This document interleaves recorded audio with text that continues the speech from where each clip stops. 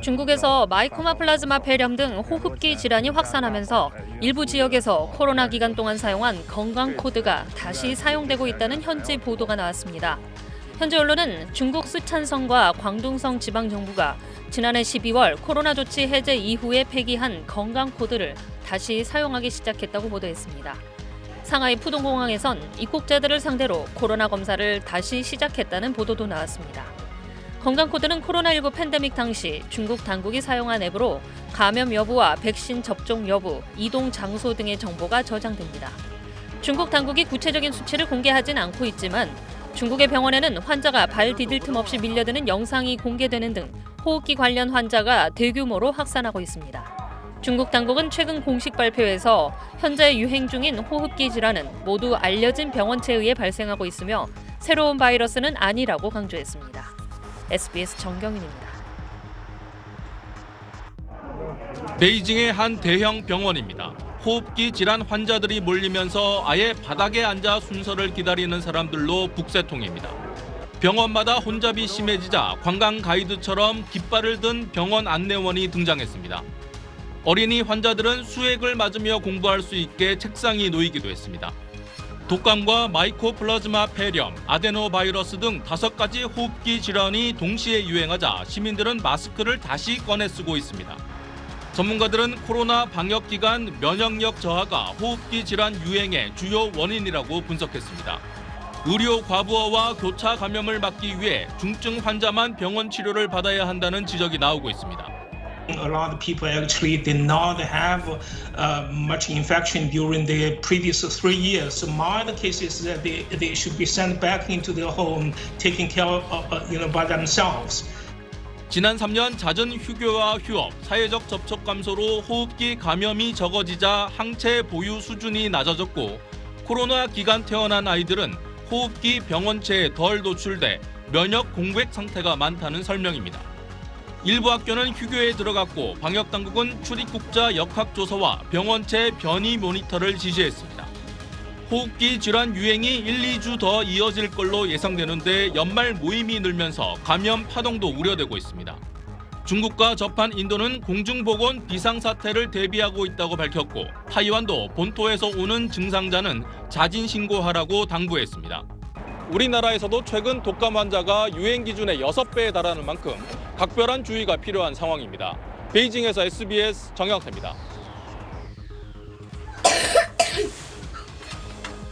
6살 현서는 2주 전부터 고열과 기침 증세로 고생하고 있습니다. 요 부위를 손을 동그랗게 해서 통통통통 두드려주는 거 요거 많이 해주셔야 돼요. 진단 결과 마이코플라즈마 폐렴이었습니다. 애가 감기약을 먹은 지 오래돼도 저녁만 되면 똑같이 다시 열이 나고 그다음에 기침을 계속 하더라고요. 국내 마이코플라즈마 환자는 2달 전부터 가파르게 늘고 있는데 세균성 폐렴 어린이 환자 중 96%를 차지하고 있습니다. 더 큰 문제는 증세가 심각한 환자가 예년보다 더 많다는 겁니다. 하얗게 되어 있는 부분이 폐렴이면서 지금 오른쪽에 횡격막 부분에 보면은 다 허옇게 이렇게 있는 게 이제 폐에 물이 좀 찬 소견입니다. 최근 의학계는 마이코플라즈마 세균이 더 독해진 건 항생제에 내성이 생겼기 때문으로 분석하고 있습니다. 미국 연구를 보면 내성이 생기면 증세가 심해서 중환자실에 입원할 위험도가 5배 더 높은 것으로 나타났습니다. 서울대병원 연구에선 마이코플라즈마 입원 환자 중 내성 비율이 78.5%까지 증가했고 그중 3종류는 이전에 없던 신종인 것으로 나타났습니다. 중국에서 마이코플라즈마 폐렴이 폭증하고 있는 것에 대해 세계적 학술지 네이처는 항생제 내성이 원인일 수 있다고 분석했습니다. 질병관리청은 지난주 세계보건기구와 중국의 상황을 공유하는 긴급회의를 진행하며 국내 환자가 폭증할 수 있는 상황에 대비하고 있다고 밝혔습니다. 자동차 의학 전문 기자 나와 있습니다. 사실 날 추워지면 호흡기 질환 환자 늘어나는 거야 흔한 일이긴 한데 이번 이 중국에서 유행한 마이코플라즈마 폐렴이 심각하다, 예사롭지 않다고 보는 이유는 뭡니까? 네, 의학계에서 상황이 가볍지 않다고 판단하는 건 크게 2가지 이유 때문입니다. 마이코플라즈마 폐렴은 별명이 걸어다니는 폐렴입니다. 약만 먹으면 대부분 일상이 가능한 건데 그런데 이번엔 입원 환자가 폭증하고 있습니다. 또 원래 겨울에 느는데 이번엔 지난 5월 봄부터 계속 늘고 있습니다. 이런 이유 때문에 세계보건기구가 공식 대응에 나서며 중국의 정보를 더 공개하라고 했고요. 우리 질병관리청도 긴급하게 대비하고 있습니다. 조 기자 말대로 원래 이게 약이 잘 듣던 병이었다면 사실 문제가 없는데 지금 의학계 분석은 내성이 생겼을 수 있다는 네. 거잖아요. 그럼 네. 뭔가 다른 대책이 필요한 거 아닙니까?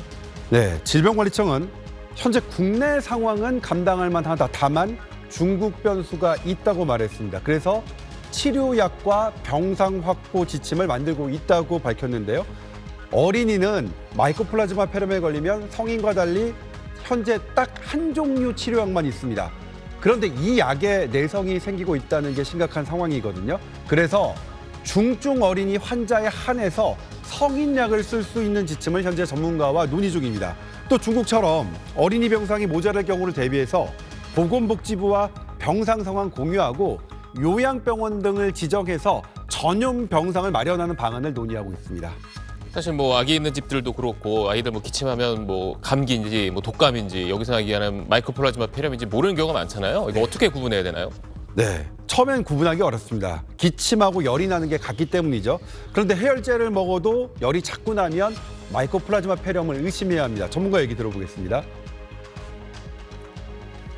뭐 가슴이 답답하다 이런 것도 있지만 복통으로도 많이 오거든요. 그래서 배가 아프면서 기침도 심하고 열이 많이 난다 그러면 그때는 엑스레이를 좀 적극적으로 찍어보는 것이 좋겠습니다.